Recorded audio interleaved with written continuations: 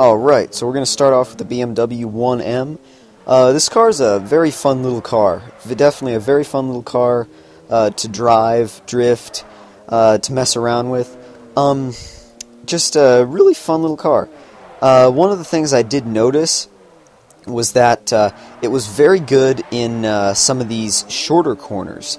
But on some of the longer corners, it seemed to lack a little bit of the power needed to barrel through the entire corner. Now, you notice there it did get a pretty good amount of angle, but it wasn't able to keep its drift going throughout the entire corner. Well, I should say I wasn't able to keep the drift going throughout the entire corner.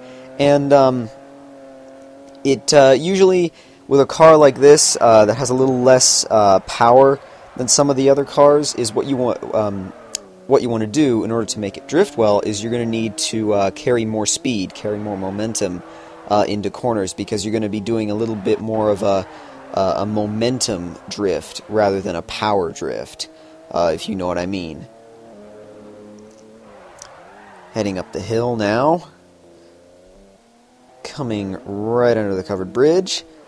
Giving it a little Scandinavian flick. Throwing it out wide. Giving it a nice drift. Coming out again under the covered bridge.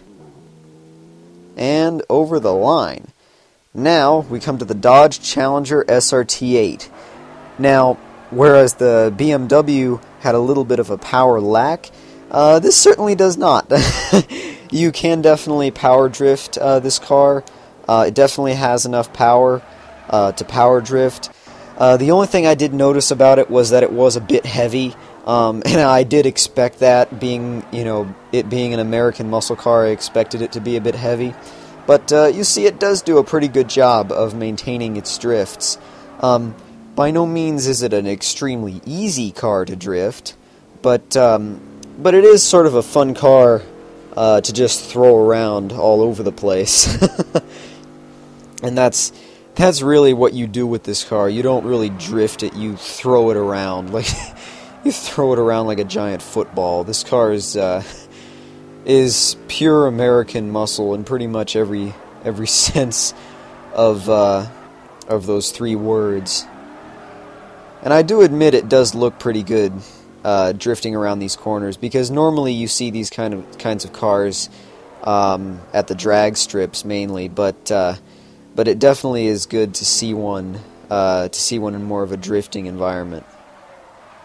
See, coming around the final corner here, giving it some nice drift action, nice bit of smoke under the covered bridge, and over the line.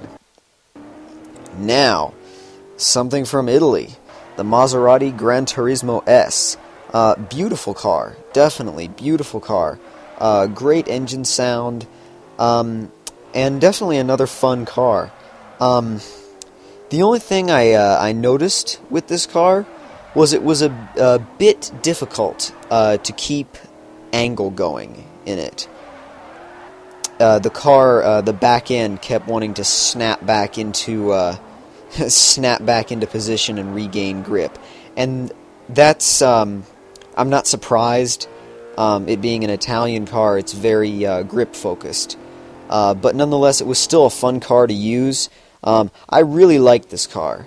It's not the most powerful car around, but if I was going to buy a Grand Touring car, I would definitely buy this over, say, an Aston Martin Virage. Even though the Aston Martin is a little more powerful, I would buy this car, but the only difference is, instead of buying the Gran Turismo S, I would buy the Gran Turismo MC, which is basically the street legal race version of the Gran Turismo. And if you haven't seen it, you should definitely go look it up. It's very cool car. And we're coming up to the finish, and over the line. Alright, the Maserati Granturismo S was in third place with 16,962 points. The BMW 1M was second place with 17,152 points, and the Dodge Challenger SRT-8 was in first place, our winner, with 20,749 points. I hope you guys enjoyed this episode of Drift Battles, and I will see you in the next one. Talk to you guys later.